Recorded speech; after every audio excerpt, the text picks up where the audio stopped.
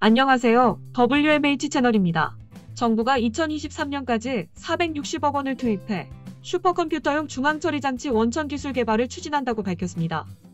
그동안 정부 공공기관 등을 비롯해 대다수의 슈퍼컴퓨터용 CPU는 미국 등지의 반도체 기업에 의존해왔습니다.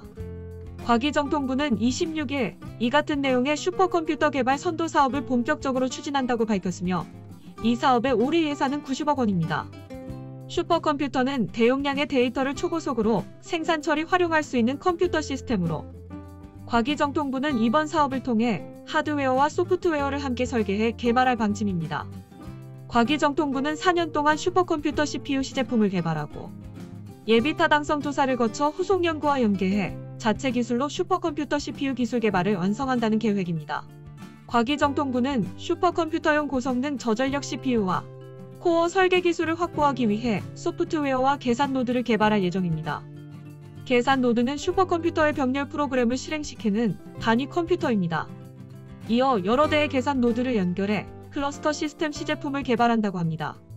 특히 CPU의 활용성을 극대화하기 위해 개발 초기부터 하드웨어와 소프트웨어 기술을 함께 설계하고 슈퍼컴퓨팅 응용 분야에 특화된 CPU를 설계할 수 있는 기술을 확보할 방침입니다.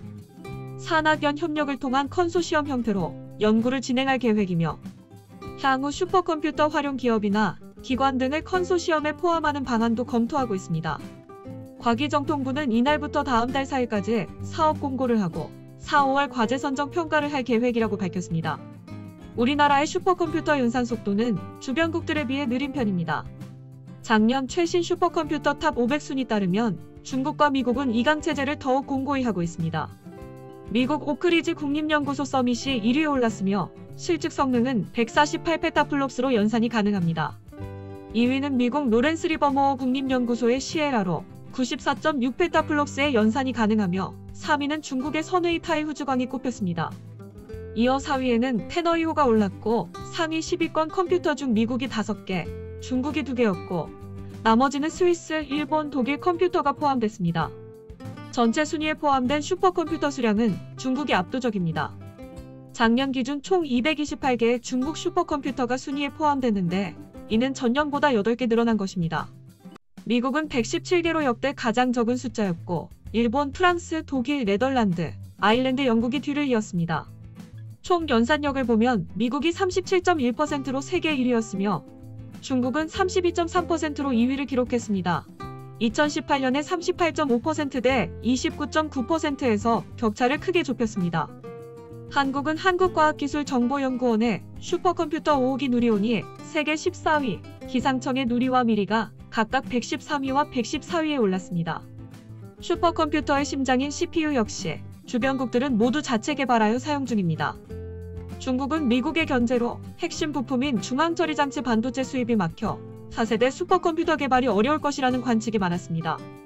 하지만 중국은 최근 자체적으로 슈퍼컴퓨터용 고성능 CPU 칩 개발에 성공한 것으로 알려졌습니다. 이번에 개발한 슈광도 중국 반도체 기업 하이곤이 개발한 프로세서 괴하나를 장착했다고 합니다.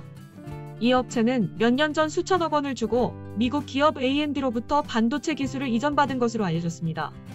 이를 두고 전자업계 일부에서는 중국 정부가 미래 성장 동력이 걸려있는 슈퍼컴퓨터 개발을 위해 미국 기업에 엄청난 혜택을 주면서 핵심 기술을 이전받은 것으로 보인다는 분석도 나왔습니다.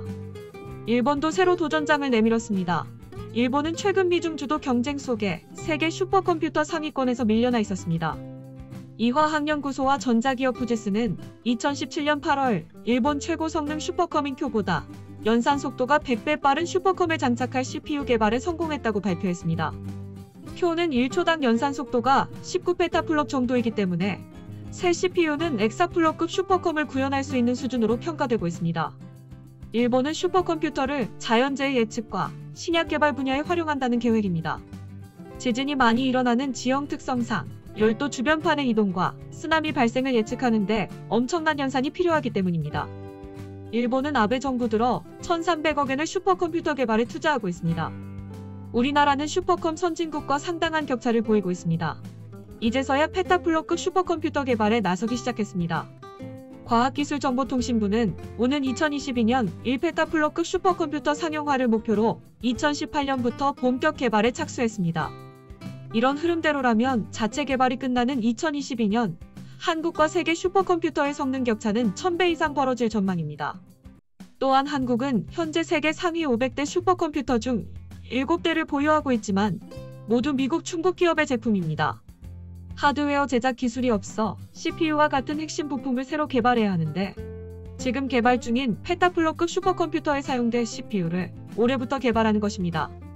우리나라는 슈퍼컴퓨터 CPU 개발은 늦었지만 슈퍼컴퓨터에 들어가는 메모리 분야에서 세계 시장을 휩쓸고 있습니다. 이처럼 우리나라는 반도체 등 주변 기반 기술이 탄탄한 만큼 정책이 지속적으로 추진된다면 주변국들을 빠르게 추적할 수 있을 거라고 예상됩니다. 이상 마치겠습니다. 시청해주셔서 고맙습니다. WMH 채널이었습니다.